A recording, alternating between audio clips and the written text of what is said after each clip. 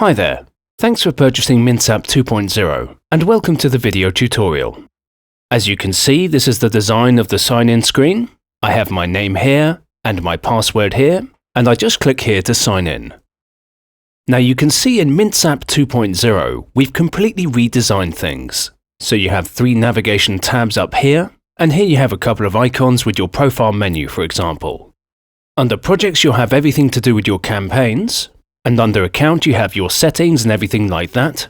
And under Help, we have things like a knowledge base and tutorial videos. Before we go ahead, let's start on the Accounts page. Under the Account Settings tab, you have your personal information like your first name and last name, your email and your number, and here you can change your profile image. If you want to change your password, just scroll down and do that here, and then you can add additional contact information here. The next tab we have is Integrations. Now on this page, you can see that we can add email providers, including companies like Aweber and Campaign Monitor, and also Constant Contact and MailChimp, etc. Now don't worry if your current email service provider isn't listed. We're working hard to add additional email providers as we go along in the next few weeks. So you should see some additional email applications appearing in this integrations page. You can also send us an email to the support center, and we'll consider including the app.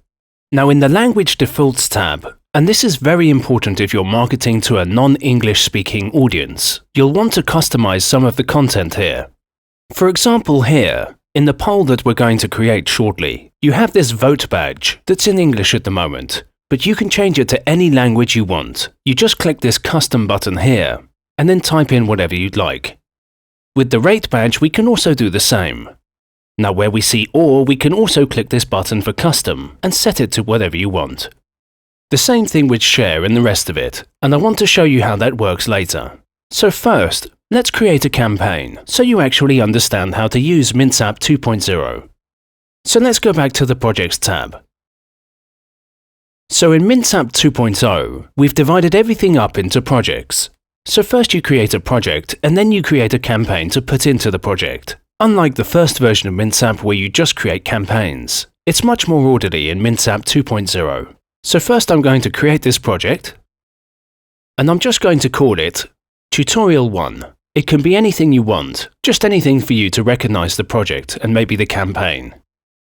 So we can see that the project has now been created, and we can see that the project says it has no new items yet. So we're going to add an item. So what is an item? Well, an item is basically a campaign. So when we create an item, you can see that we have 2 options. One is to create a rating, and the other one is to create a poll. Let's start with a poll, and we can come back to create a rating later to see how that works too. So I click this button now, this pop-up appears, and I need to give our poll a new name. Let's call this one Fitness Promo. I click on Create. So in the new MintSap, we've created a new form called Classic Poll. I most like binary polls, so let's start with that one, and then we can move on to multi-polls and the classic polls. So I click on Binary Poll, and then this cool looking interface pops out. It's very simply laid out and easy to use. On the left-hand side, we have the poll preview. You can put in your question and you can put in your 2 options because this is a binary poll, and you can put in 2 images, of course.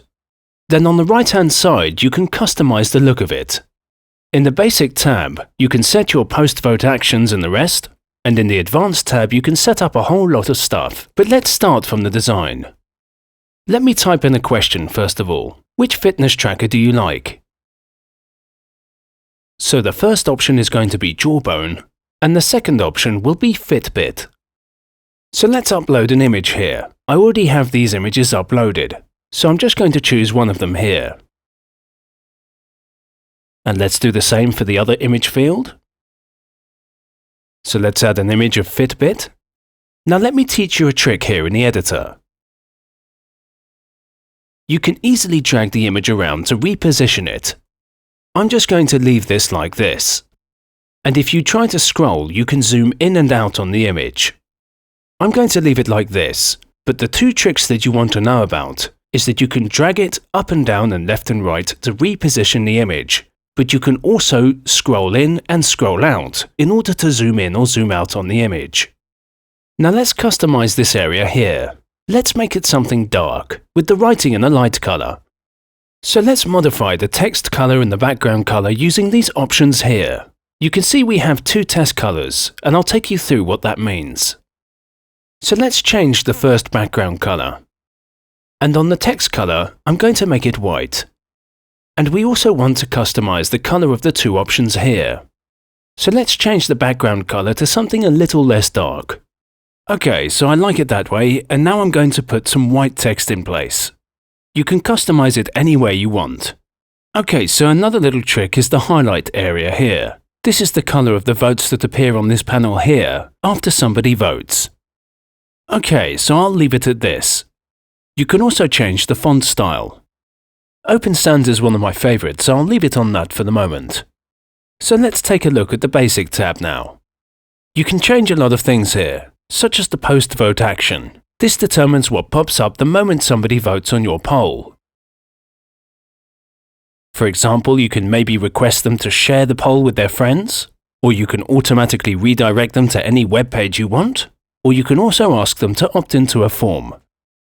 You can also put in a banner, or you can just do nothing.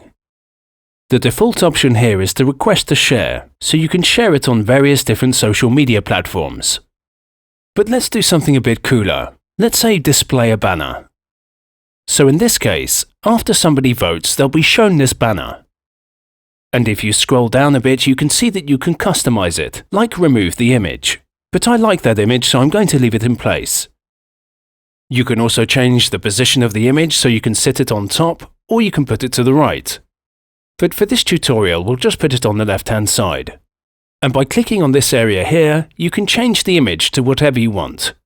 Up pops our media library, and we can choose an image. Let's add this one. Now if we scroll down a bit further, we can customize things a bit further. We can change the headline. At the moment it says special offer, $10 off and free shipping.